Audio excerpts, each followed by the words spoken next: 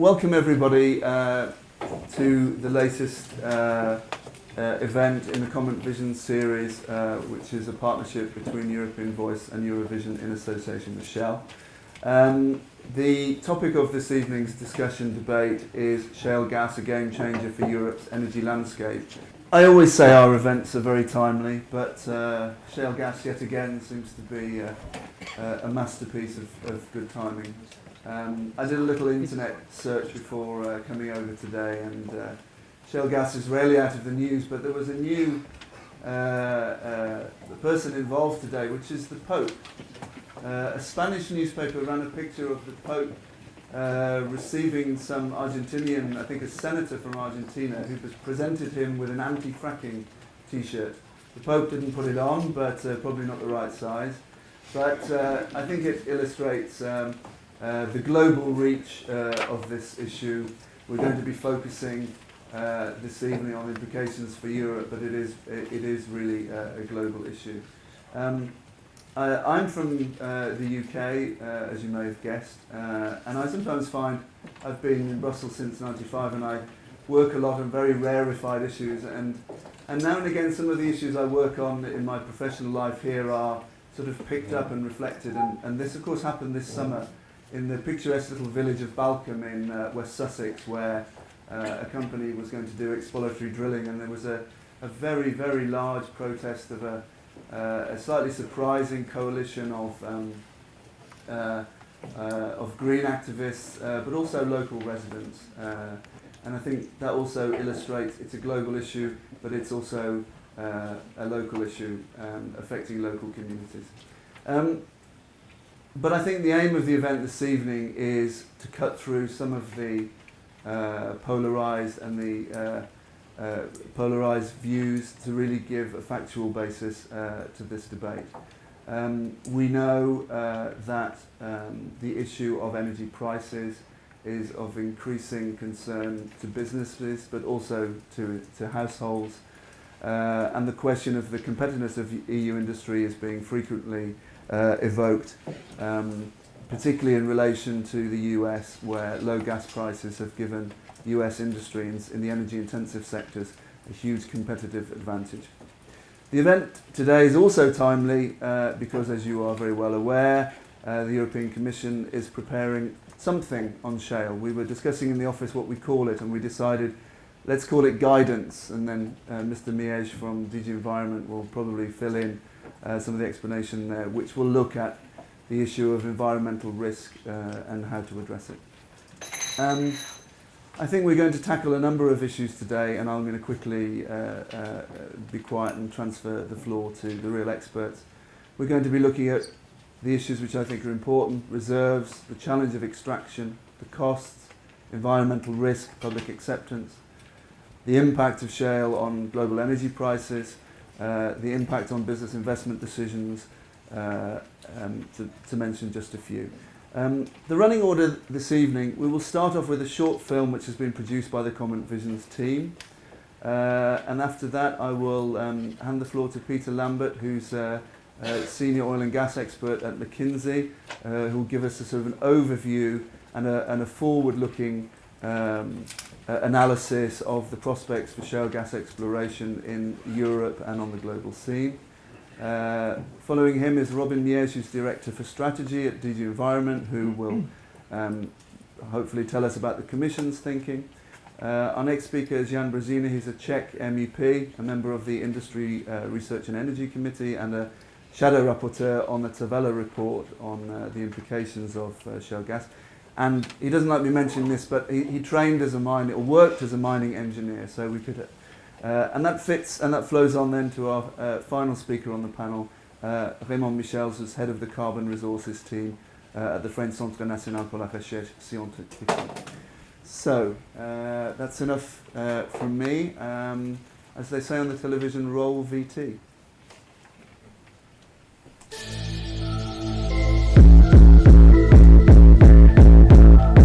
Shale gas has become an issue that's too big for EU politicians to ignore at this point. The so-called shale gas renaissance that's happened in America has delivered some very tangible economic benefits with predictions of energy independence for the United States. It's something that at this point Europe is looking at with a bit of envy, but of course there's a lot of uncertainty about whether the same potential for this new method of extraction exists in Europe as exists in North America. Well, fracking is a relatively new technology, certainly in large-scale use, which has been developed particularly in the States. And it's the injection of high-pressure water into shale rock to split it so that the gas which is inside the rock can come free and be released and exported. But what's different now is that new technologies have developed to make it, for the first time over the past 10, 15 years or so, to make it economically interesting for energy companies to look into this method of extraction. There's recently been a UK-sponsored government report which has looked at the amount of shale gas that we have that will be freed by fracking in the north of England. And they found that if 10% of that is used, then that would correspond to about 40 years of gas use at our current consumption rate. So it's a lot. And at the same time, there's a lot of environmental concerns about shale gas extraction. Specifically, there have been concerns about groundwater contamination. There's a lot of uncertainty still floating around, particularly in the mind of the public.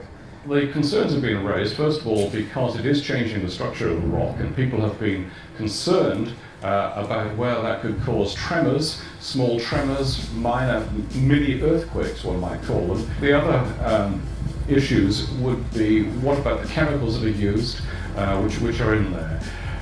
They are not particularly hazardous chemicals, but all chemicals have to be handled with care, and the process needs to be subject to the normal regulation which we apply to any potential hazardous industry. The European Commission, by the end of the year, will come out with some guidance on shale gas. What that's going to look like, we're not entirely sure. It will certainly not be some kind of regulation for the EU, but it's an attempt to harmonize the way member states are approaching the issue. Get involved in the conversation now. Register for our live debate in Brussels. Submit your question to the live debate panel. And join the online discussion at CommentVisions.com.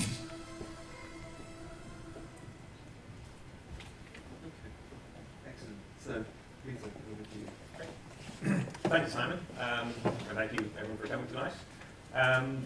Maybe before I start, let me just introduce myself a little bit more. So I'm a senior expert with McKinsey's oil and gas practice in London. I've been with McKinsey now for 16 years, working more or less exclusively with oil and gas clients. And before I joined McKinsey, I used to work for the gas regulator in the UK in the mid-1990s during the deregulation of the UK market. So gas has been one of the areas that I've focused on heavily. And over the last 5 or 6 years, I've led McKinsey's work on shale gas outside of North America. There's really two things that I wanted to talk about in the short time I've got available. So the first, I just wanted to give a quick reminder of what's happened in North America, at least our view on what's happened in North America over the last few years. And then secondly, I wanted to set out some of the issues that I think will shape the way that shale gas development might take place in Europe over the next 10 or 20 years. So, for those of you who haven't really been following what's been happening in the shale gas revolution in the US, I guess it's just worth talking through what some of the events that occurred. So if you go back to the mid-2000s, the US was very clearly on track to be a major gas importer.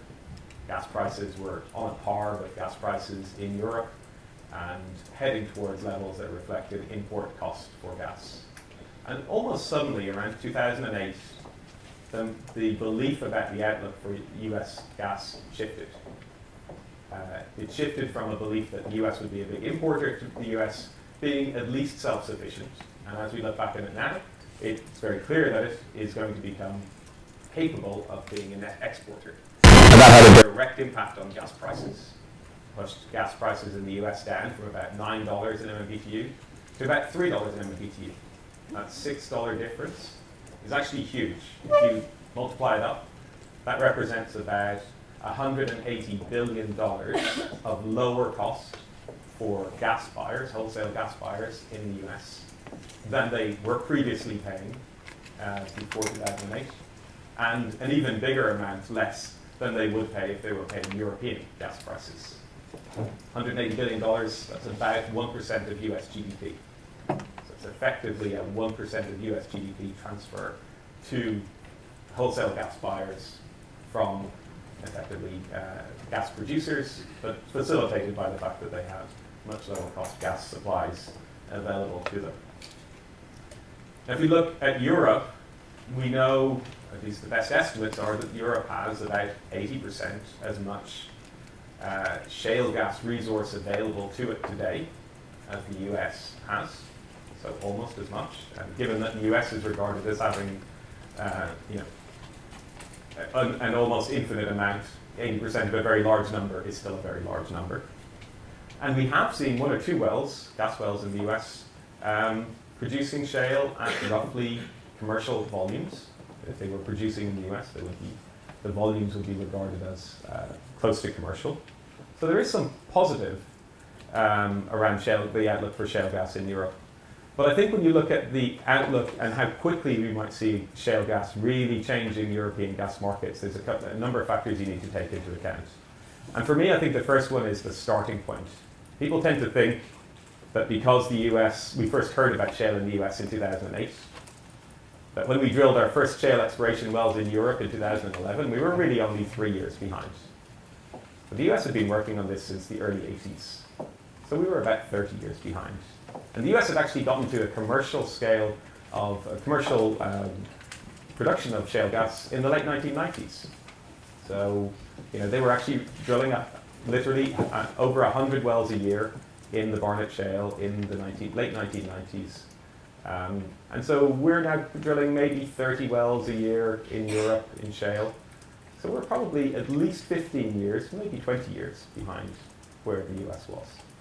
Now, being 15 or 20 years behind isn't necessarily so bad if we go faster. And you could say that because the US has already beaten the path for us, we can learn from the US and we can take what they've done, and maybe it won't take us 15 or 20 years to get to where they got to. But we do have a long way to go to get from 30 wells a year to the scale of activity in the US.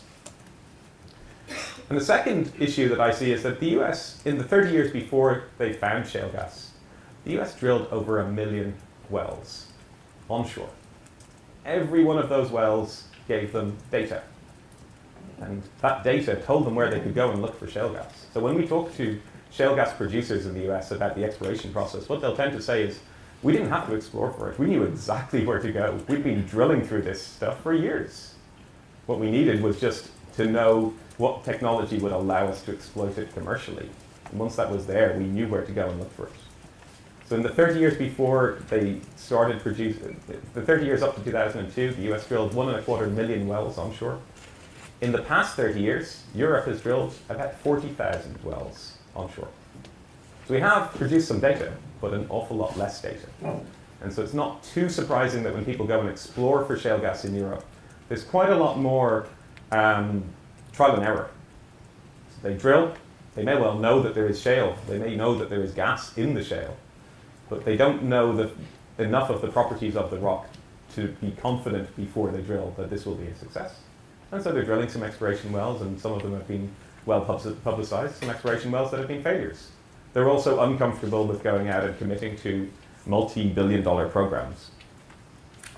And that's maybe the third challenge that I see, which is that there are learning effects in shale gas. So the first wells that were drilled in the US tended to have much lower production rates than the later wells, and they tended to have higher costs. And that actually meant that the first wells were uneconomic. But because of a combination of some tax subsidies, quite small, and also some belief by the explorers that this ultimately would become commercial, they did continue to invest in those wells. Now we think that you will probably need to drill hundreds of uncommercial wells in the early days in order to get to the point where you are drilling commercial wells that are profitable. Wells cost about $10 million each in Europe at the moment. So hundreds of wells means billions of dollars of expenditure.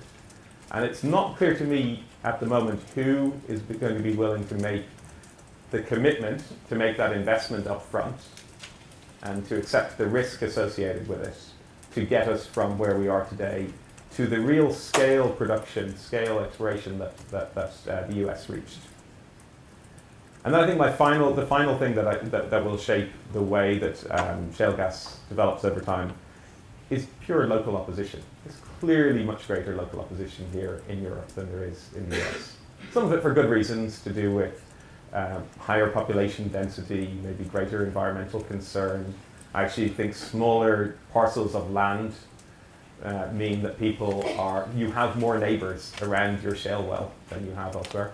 The fact that they drilled 1 million wells onshore in the US meant that the Americans got used to drilling wells in their neighbourhood. We didn't. So I actually did a presentation on this topic to the Scottish Oil Club last week. They're quite energy interested. They're from the energy industry. We asked them at the end of the presentation whether they thought shale gas was a good thing for the energy industry. 3/4 of them said yes. Only 8% said no. So it's good. But then we also asked them, how close to your home would you be willing to tolerate a shale gas well? 40% of them said within 5 kilometres. But 40% of them also said no, at least 50 kilometres away from their home.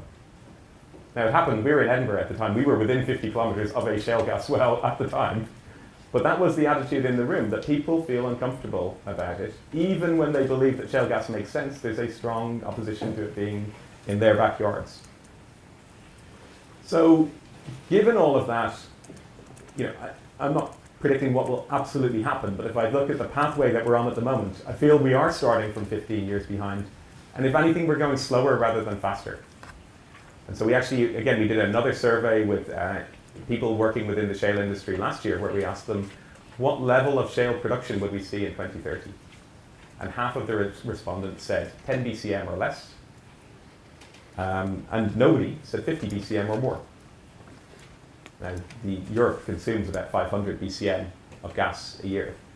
So 50 BCM might be just enough to shift some things in the cost curve, to push out some LNG and maybe push prices down a little bit. It's not enough to push Russia out, because we take 150 BCM from Russia right now.